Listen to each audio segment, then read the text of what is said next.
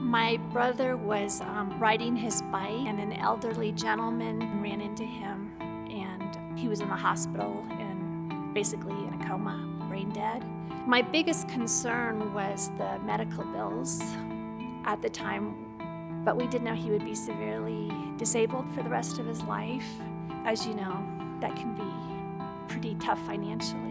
When someone contacts our office on a motorcycle accident, their emotional state is one of fear, and they really don't know what happened. For riders out there, you're exposed and you're on the roadways. And as you've heard many times on a motorcycle, it's not the motorcyclist's fault, it's somebody not seeing them and hitting them. So there's generally a significant injury that occurs because you're so exposed on that motorcycle.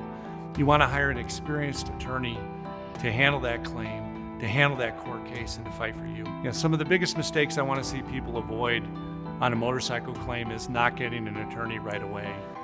We've handled motorcycle claims, and you're going to want to get an attorney right away. There can be some serious injury or even a closed head injury on those types of cases, and you want to ensure you're getting the proper medical care and the proper legal representation, and we can help you with both. Well, I called Tim pretty quickly, wanting to know the options, and he really helped me explore, and he knew the questions to ask and where to go for answers. Brother did pass away. He did have health insurance, but he had over $1 million hospital bill for the 2 weeks.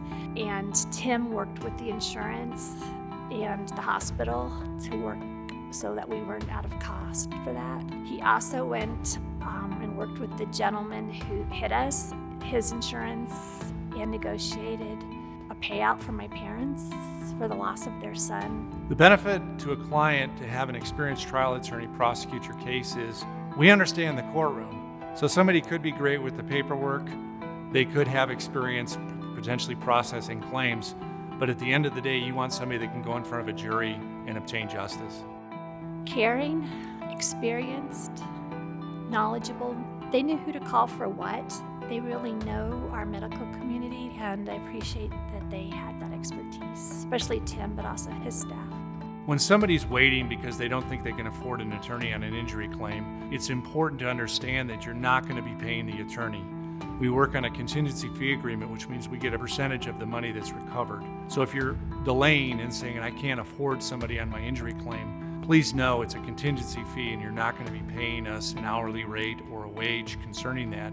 We're going to get money from your claim.